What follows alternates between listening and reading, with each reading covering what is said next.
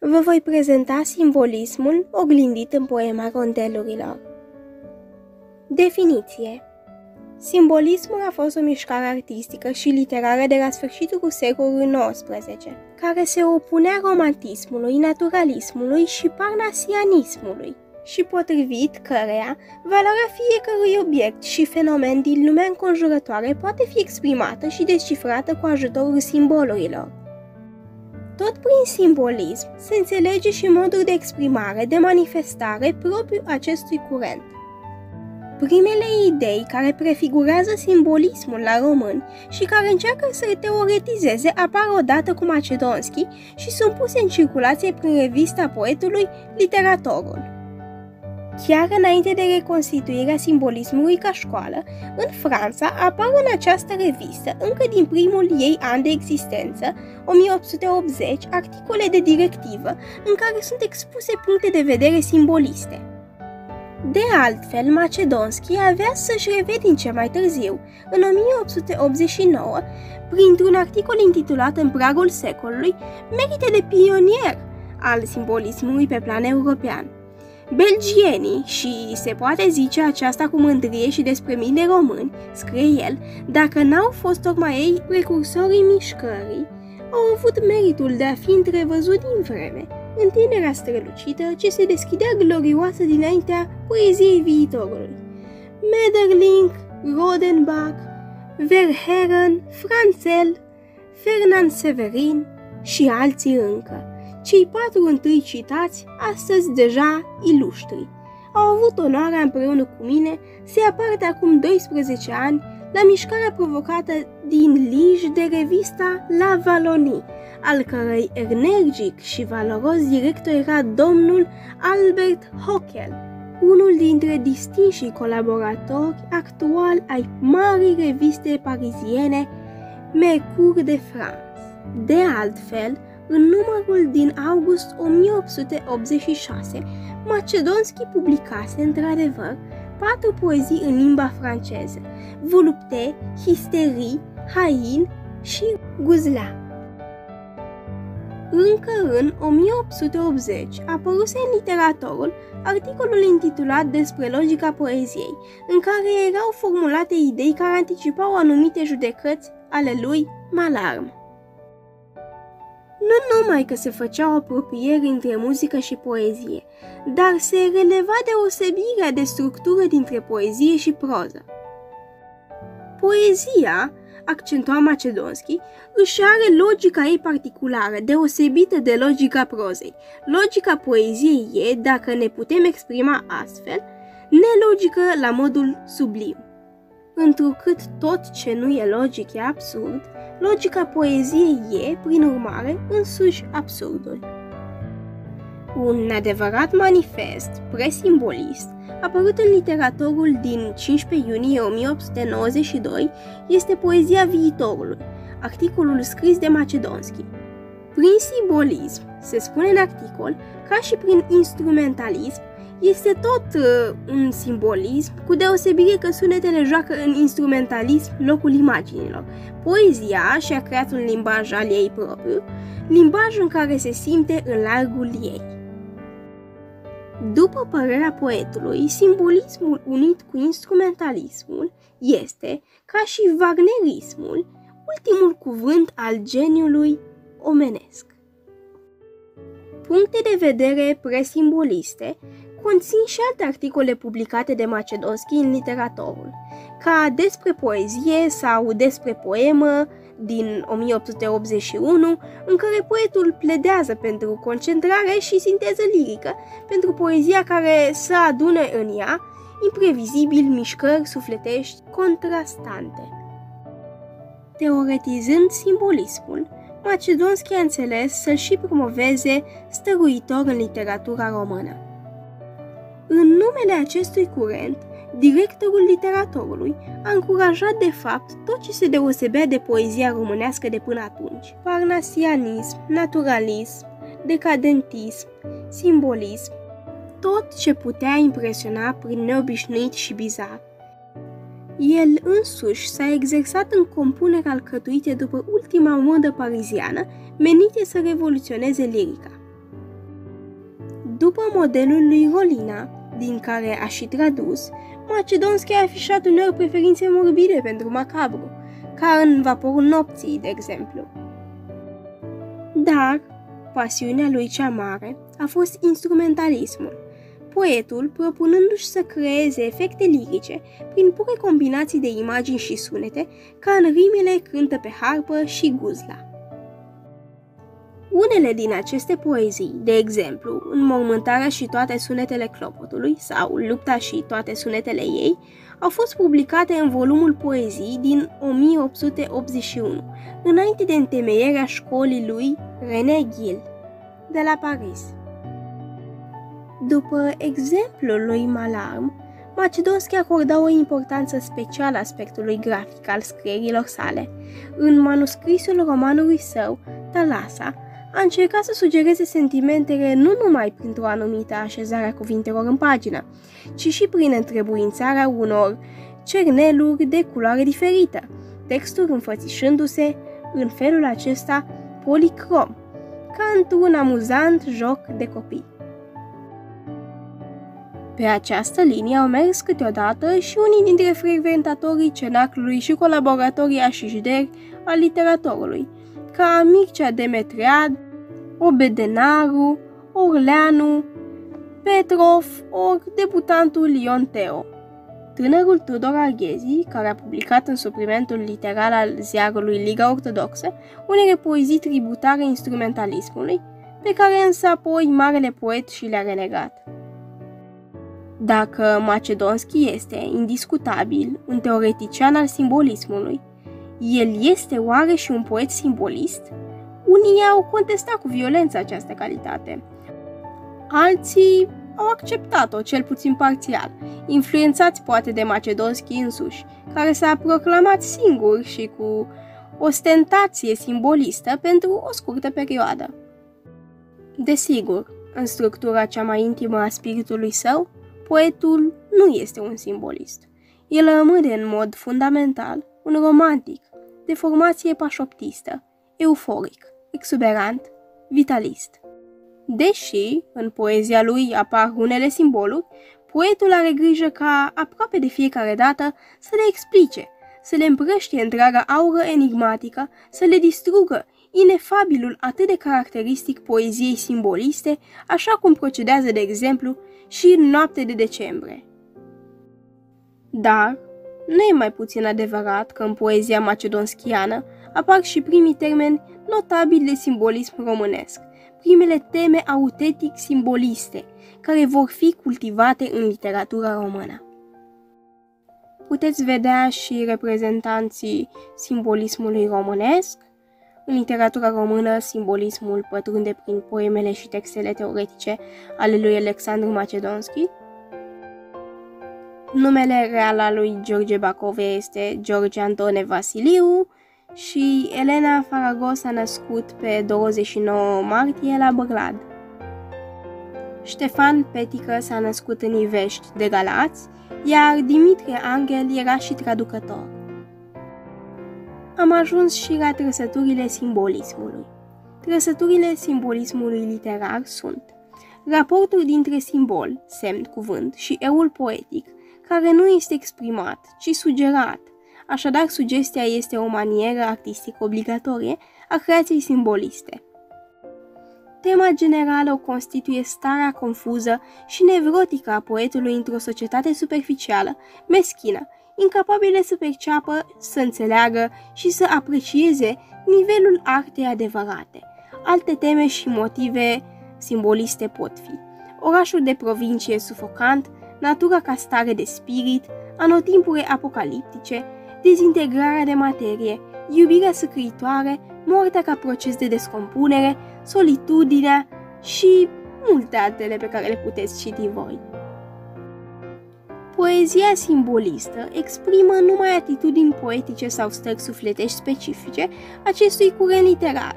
Tristețea, dezgustul, oboseala psihică, disperarea, apăsarea, spaima, nevroza, toate fiind sugerate prin simboluri, fără a fi numite.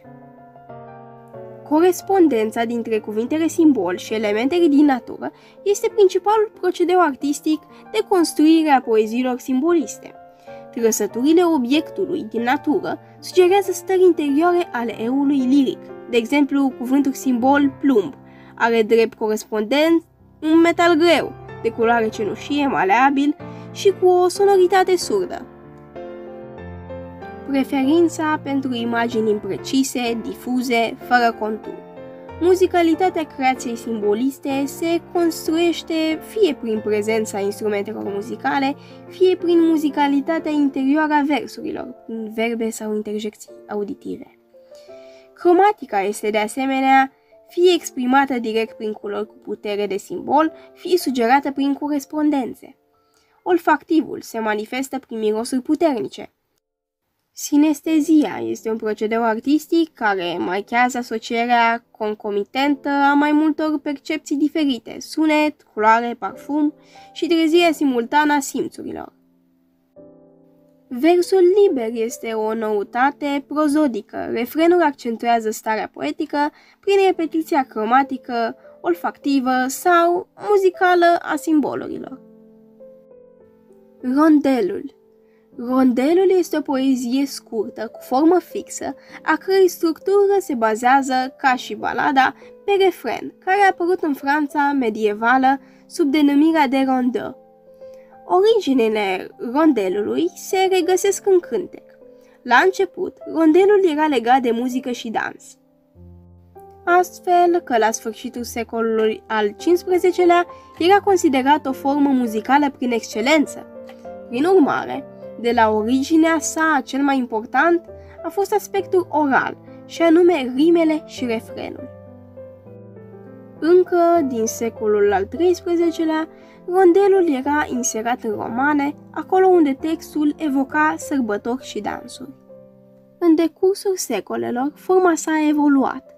Prima formă, clar definită, a fost stabilită în Evul Mediu, de Adam de la Halle și Guillaume de Machaut, respectiv rondelul simplu, din care în secolul al XVI-lea va deriva trioletul, compus din 7 sau 8 versuri, construit pe 2 rime. Refrenul, constând din 2 versuri, apare la început și la sfârșit cel de-al 4-lea vers, reluându-l pe primul.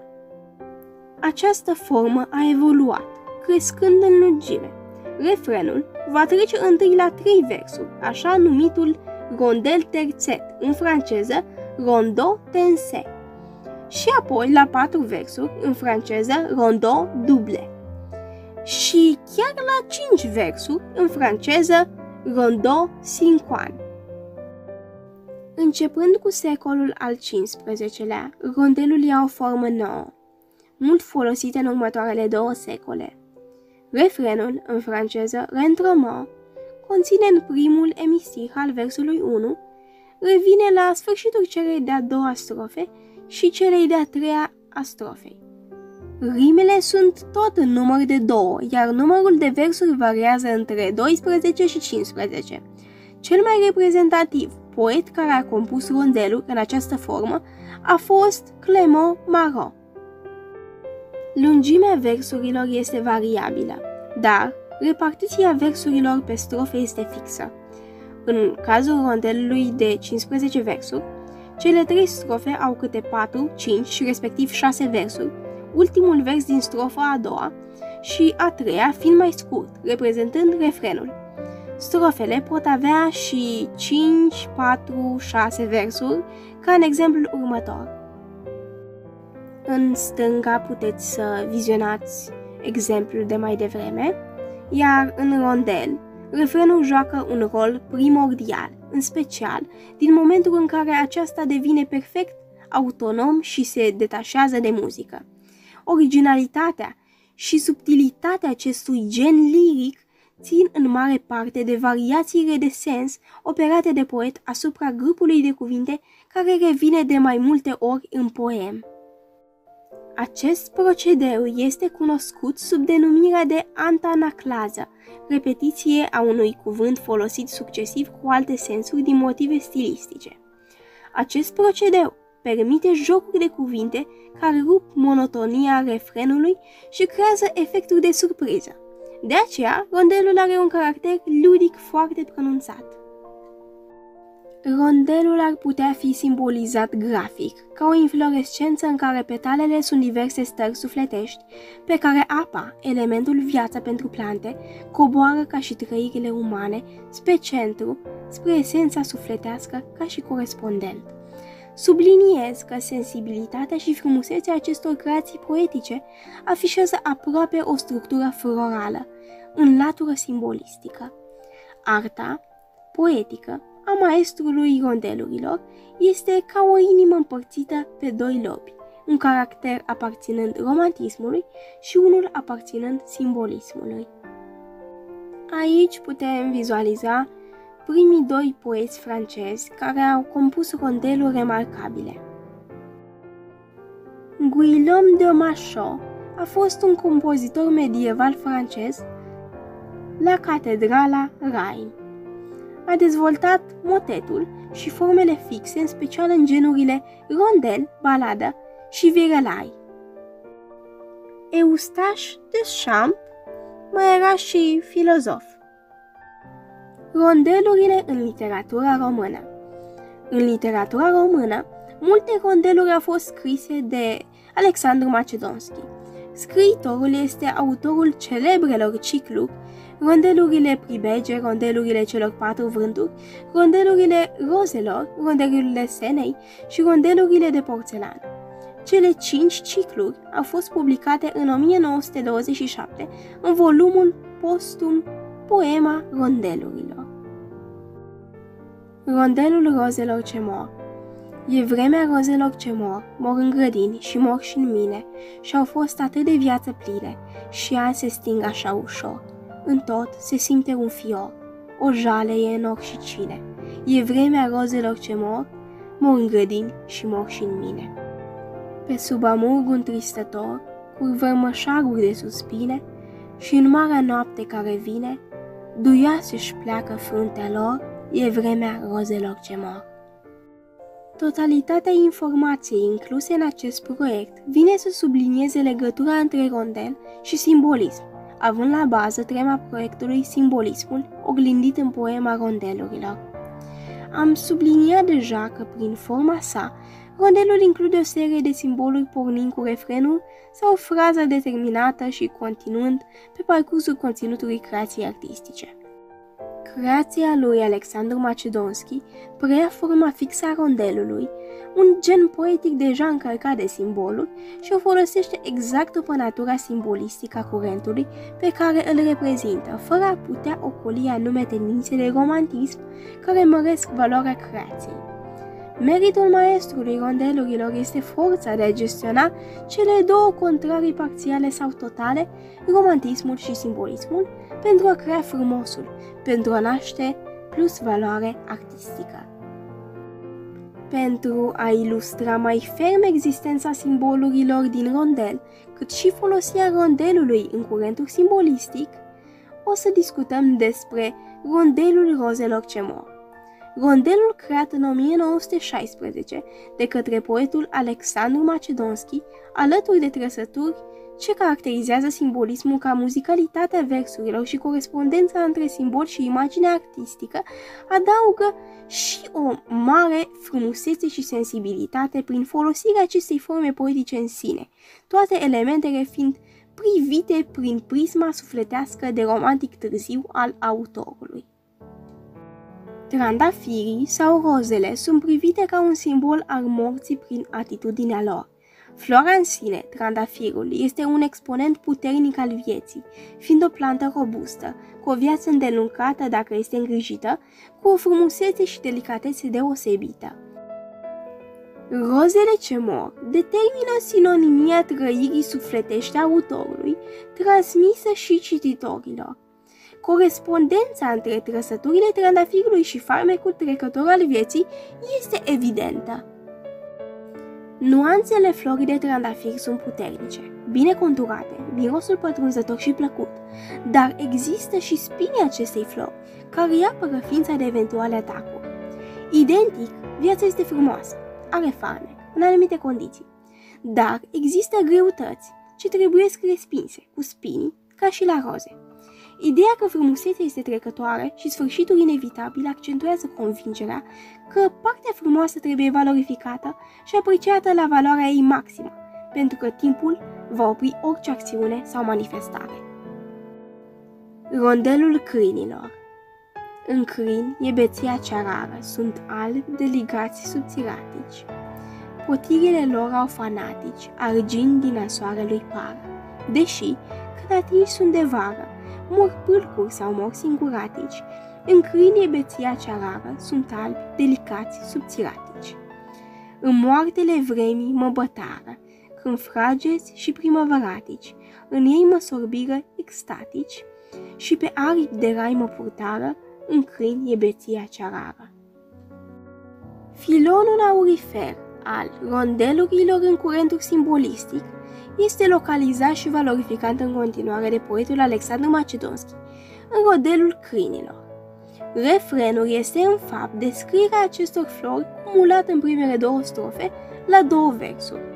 Refrenul, conținând în câini beția cea rară, vine alătura cu simbolul de tip sugestiv și manipulativ, să sugereze sau să arate fără să dezvăluie pe deplin realitatea. Cuvântul beție este scuturat de praful sensului popular, aproape vulgar, și ridicat la rangul de calitate. Caracterul ludic, lumesc, se transferă spre o realitate la un nivel mai înalt. Beția sugerează mirosul persistent și pătrunzător, plăcut și elegant al florii de câini, cât și senzația vizuală de frumusețe în stare pură, pornind de la albul florilor, dacă nu există altă culoare, sau de eleganța florilor arcuite fin, care încântă ochiul și sufletul. Iată cum Alexandru Macedonski identifică în rondel o formă literară de natură să faciliteze creația simbolistică prin accentuarea forței simbolurilor necesare modelului prin repere de curent simbolistic de înaltă finețe și sensibilitate. În câini e beția cea rară, sunt albi, delicați, subțiratici, potirile lor au fanatici, argint din soarelui pară. În ultimele două versuri ale primei strofe, autorul accentuează forța florilor de câini îmbrăcați ca o armură în argintul razelor de soare. Această metaforă, pornind de la cuvântul argint, are o caracteristică artistică deosebit de pronunțată într-o relație de sinonimie cu beția cea rară, astfel, soarele prezintă în general o culoare aurie. Argintul de la soare reprezintă de fapt o imagine a razelor solare percepută prin traversarea lor prin corpul petalelor câinului. Umbrele create primesc o tentă de nuanță argintie. Similitudinea cu beția cea rară se referă la frecvența apariției acestor senzații.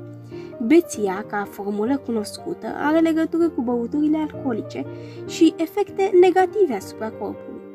Beția cea rară, poetică, în bătare, transfigurează pe baza unor mirozuri elevate, rafinate și unei imagini de o frumusețe profundă. Este deosebită, rară și denumită ca atare.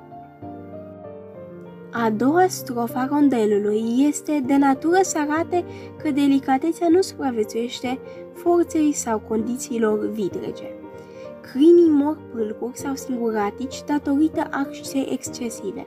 Asemănător, oamenii de o anumită calitate și educație, cu un suflet curat și nobil, nu rezistă presiunilor unei societăți dominată de idealuri meschine și lăcomie. Complexitatea versurilor se referă la forma și muzicalitatea lor, cât și la multiple sensuri justificative ale metaforei.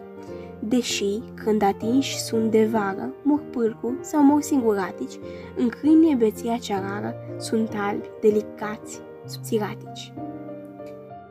În ultima strofă a rondelului, Alexandru Macedonski transmite o nostalgie legată de vremurile trecute și frumoasele tinereții, de pasiuni puternice și idealuri care s-au consumat în timp, deși la vremea respectivă au reprezentat pentru autor valori importante. În moartele vremii mă bătară, când frageți și primăvăratici, în ei mă sorbiră extatici și pe aripi de rai mă purtară, în câini e beția cea rară. Rondelul oglindei. Din al oglindei luciu rece, de apă adâncă se desface, o liniște de dulce pace, ce întregul suflet mi-l petrece. Obida vrând să mă înnece, zădarnic firea și-o preface, din al oglindei luciu rece, uitarea nu mai se desface. Chiar dorul vieții în mine tace, izvor ce gata e să sece, și pe al meu chip ce nu-mi zace, un fel de vis de opium trece, din al oglindei luciu rece. Autorul Alexandru Macedonski, în seria Rondelurile celor patru vânturi, include rondelul oglindei. Refrenul sau versul repetat din acest rondel este din al oglindei luciu rece. Luciul oglindei este un luciu caracteristic deoarece el redă identic imaginile de persoane sau lucruri ce trec prin fața oglinzii. Astfel, conform stărilor sufletești în care se găsește, autorul percepe diferite reprezentări ale persoanei sale oglindite de sentimente ce îi predomină ființa în timpul vizualizării imaginii din oglindă. În prima strofă a rondelului, autorul este împăcat cu sine și luciul oglinzii rece se seamănă cu luciul unei ape adânci care îi aduce liniștea. Din al oglindei luciu rece, de apă adâncă se desface, o liniște de dulce pace, ce întregul suflet mi-l petrece. Strofa a doua cuprinde un sentiment de frustrare. Obida vrând să mă înnece, zadarnic firea și-o preface. Poetul realizează că au mai fost episoade în existența lui cu o traversare mai anevoioasă, dar a reușit să treacă peste obstacolele apărute. Din al oglindei luciu rece, uitarea nu mai se desface. Ultima strofă a poeziei exprimă un sentiment de dezamăgire, slăbiciune sau bătrânețe, poate chiar un semn de boală. Chiar dorul vieții în mine zace, izvor ce gata e să sece. Ultimele 3 versuri ale poeziei exprimă amintirea unor lucruri frumoase, un sentiment de visare a unor amintiri despre lucruri benefice din viața poetului. Introducerea cuvântului opium, substanța care este de natură să producă diverse trăiri induse la nivelul creierului, arată o posibilă selecție a amintirilor plăcute pe care le retrăim toți cu plăcere, cât și o eliminare riguroasă a amintirilor neplăcute sau nedorite.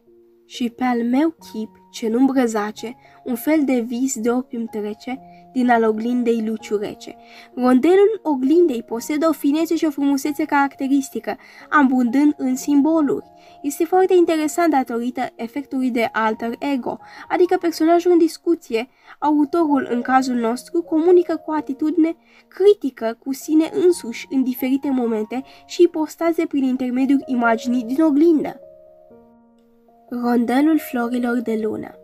Flori de lună ce se agață, schimbă apa în brocard, printre frunze, printre viață, câte un cântec de Mozart. Spre Saint Cloud, ce doarme în față, val de val se duce spart, flori de lună ce se agață, schimbă apa în brocard. Peste asenei verde față, dulci și lungi fiori se împart, și de țărmi ce se răsfață, când corăbii se despart, flori de lună se agață. Alexandru Macedonski continuă poema rondelurilor cu rondelurile Senei, inspirate în mod firesc și din exteriorul țării, zona Franței, fiind în centru de efervescență culturală și spirituală. Din această serie se remarcă rondelul florilor de lună. Acest rondel vine să aducă poetului Alexandru Macedonski și creației sale un plus de valoare și o apartenență de universalitate, alături de întreaga serie a rondelurilor Senei. Este momentul să apreciem simbolismul la el acasă, centrat pe simbolurile apropiate Parisului, orașul lumină vorbind despre bătrâna Senă și orașul grădină Saint Cloud. Rondelul este structurat conform formei fixe în cele 3 strofe consacrate. Simbolul apei este fasi prezent, alăturat de simbolul nopții și al lunii. Este important de arătat că luna din acest rondel al lui Macedonski este o lună plină sau de pe un pătrar învecinat, deoarece razele, ca și mișcare în raport cu pământul.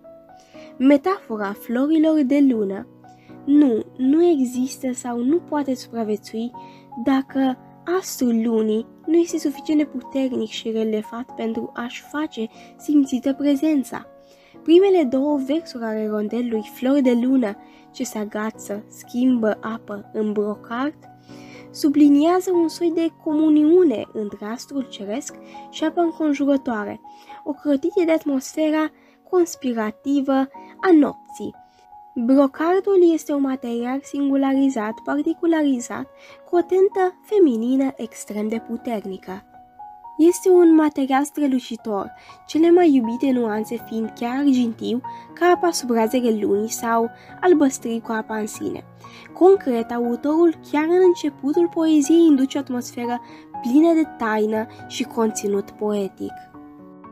Versurile printre frunze, printre viață, câte un cântec de Mozart, completează poetic metafora întregii strofe cu valoare și frumusețe aproape palpabilă.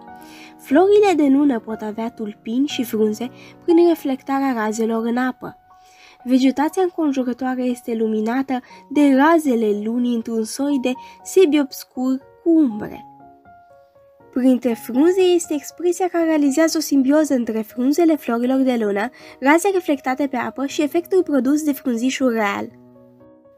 Cunoaștem faptul că renumitul compozitor Amadeus Mozart a învățat până la vârsta de 5 ani să cânte la clavecin, un instrument de corzi înrudit cu pianul pe un stil rococo.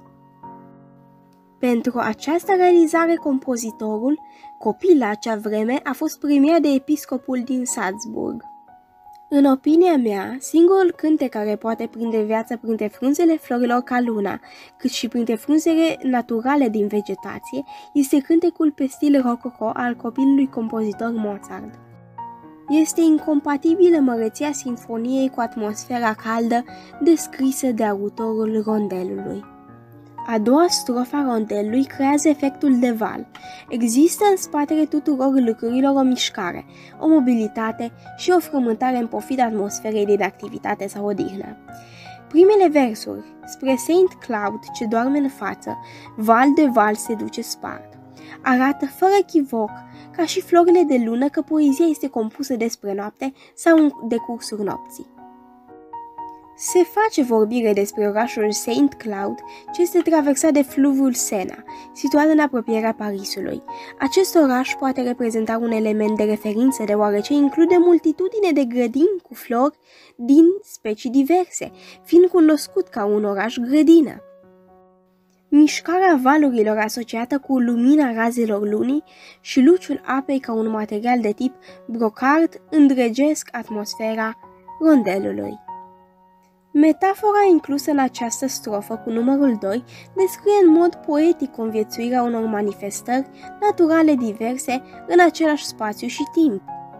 Orașul doarme aparent, deși pot exista frământări la interior, în timp ce fluviul se frământă exterior, având o liniște interioară prin ritmicitatea frământărilor sale.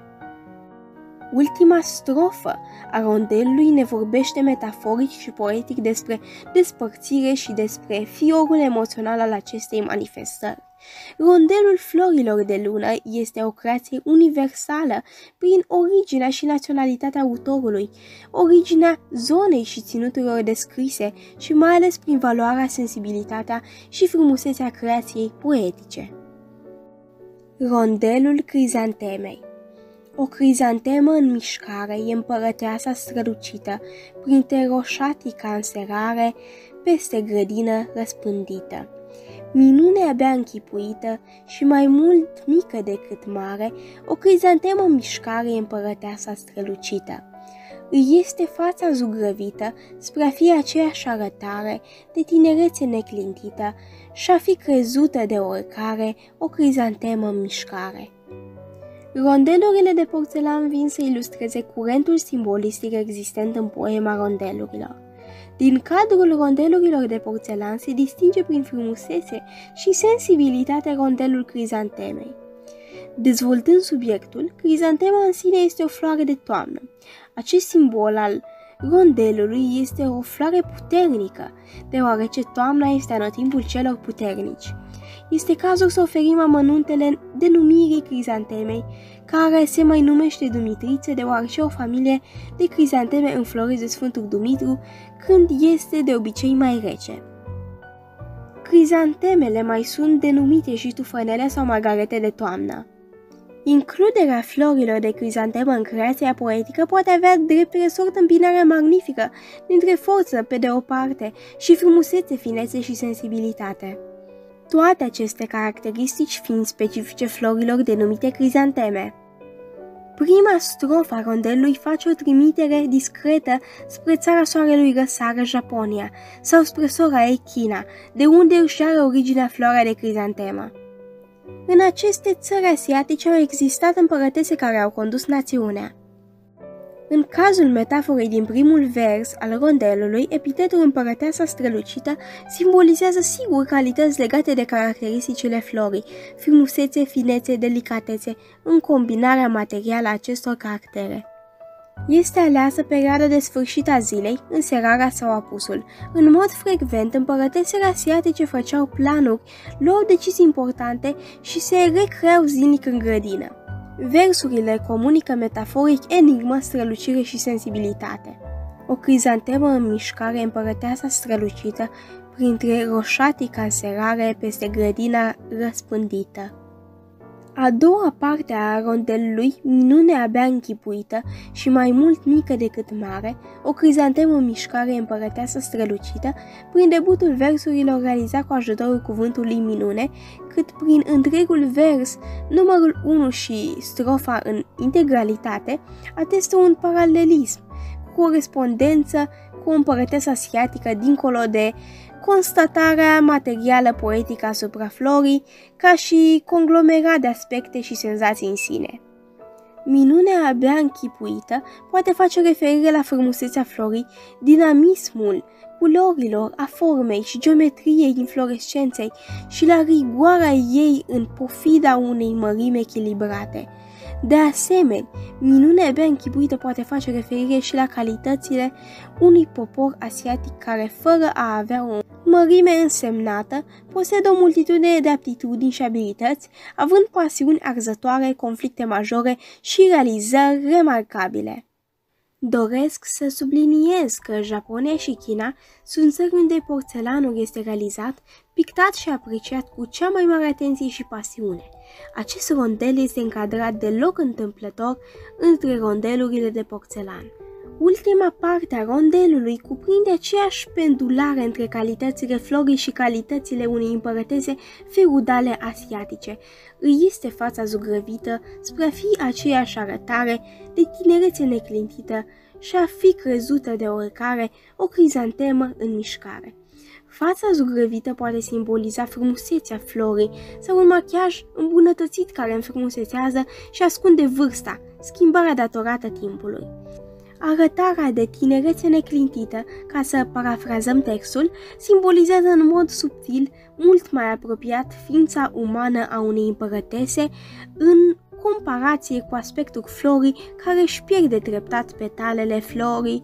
De la acest aspect nu se suprapune foarte exact descrierii poetice. A fi crezută de oricare este o calitate de referință proprie atât florii de crizantemă cât și unui personaj uman. Sensul explicit al expresiei se referă la faptul că în cazul florii, viața prelungită, tinerețea neclintită, îi aduce privitor și iubitor ai calităților și frumuseții indiscutabile. În cazul uman, a fi crezută de oricare ajută la menținerea echilibrului, a puterii și bogăției, a respectului și prețuirii de sine. Rondelul crizantemei este o creație de tip simbolist, cu o frumusețe și delicatețe de porțelan, o expresie de mare valoare a artei poetice stăpânite de Alexandru Macedonski, o adevărată valoare universală prin calitățile artistice conținute. Rondelul nopții argintate. În noaptea de lună argintată, pe ploape când somnul se lasă, în vis îmi clădesc câte o casă, ce toată e în roz îmbrăcată. De zgomot și oameni retrasă, locașca din basme s-arată, în noaptea de lună argintată, pe ploape când somnul se lasă. Vreo sarcină asupra-i n-apasă, de-i mei creditori apărată, parfumul de roze ce-mi bată, extazul în suflet îmi lasă, în noapte de lună argintată. În cadrul capitolului Rondelurile rozelor de azi și de ieri, avem doar 2 rondeluri, dintre care remarcăm pentru complexitate și frumusețe rondelul nopții argintate, un rondel al visării și al evadării din cotidian.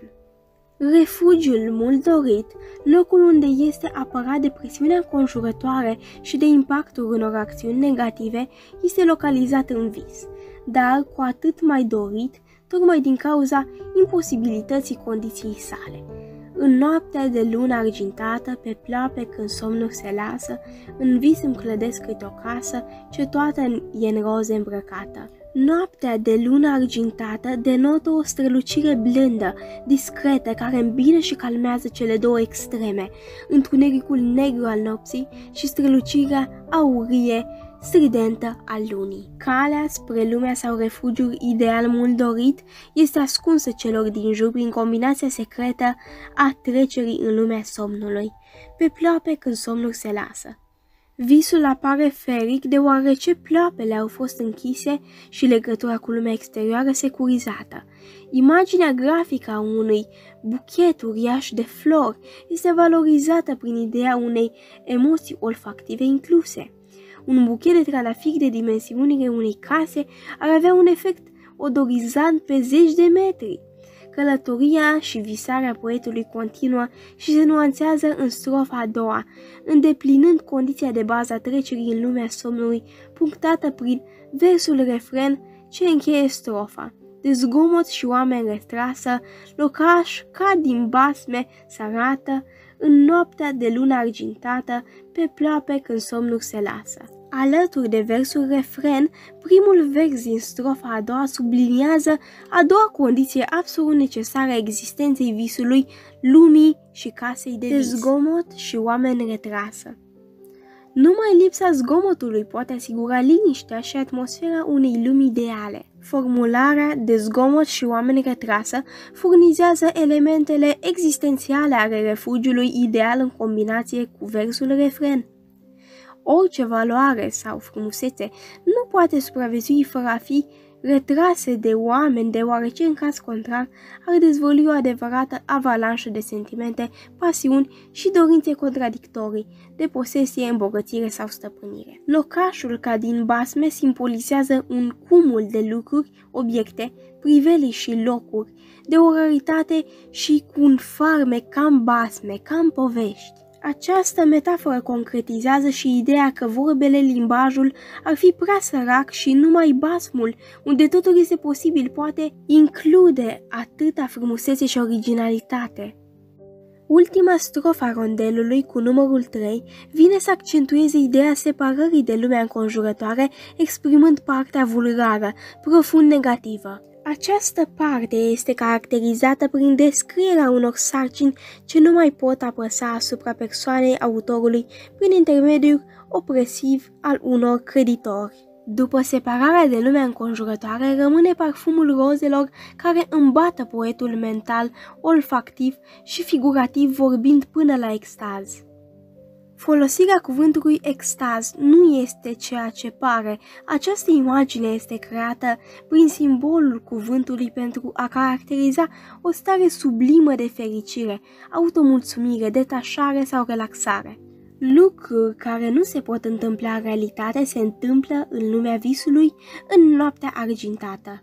Efectul de detașare, de deconectare de la lumea reală, agresivă sau virulentă în contradicție cu sufletul și simțirea poetului este real, permițând odihna și pacea sufletească. Ultimile 2 versuri încheie rondelul ca și în stil shakespearian. Există un soi de happy end, de totul e bine când se termină cu bine. Vreo sarcină asupra-i n-apasă, de-ai mei creditori apărată, parfumul de roze cambată, extazul în suflet îmi lasă, în noaptea de lună argintată. Rondelul Nopții Argintate prezintă o structură de îmbinare a unor elemente simbol pentru a construi un alt simbol, mai amplu și mai important, pe secțiuni la nivel de strofă cu ajutorul versurilor și la nivel de creație integrală cu ajutorul strofelor.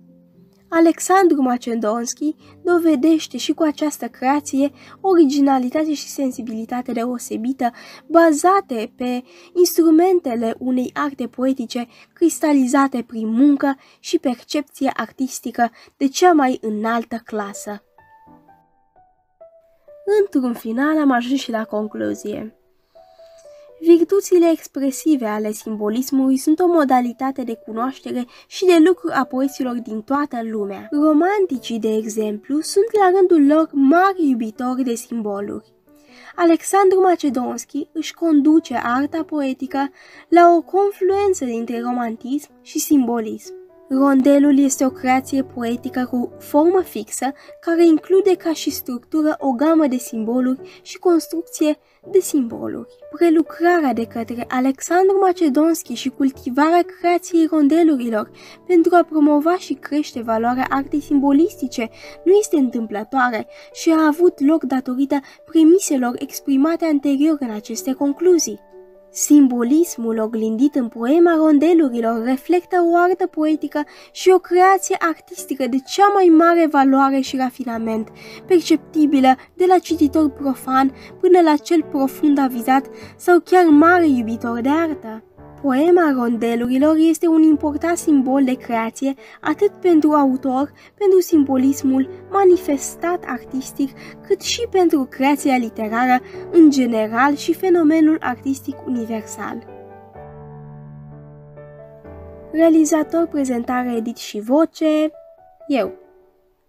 Și prezentare pentru că mai întâi am vrut să fac o prezentare PowerPoint, dar a intervenit pandemia și nu am mai apucat să o prezint la școală.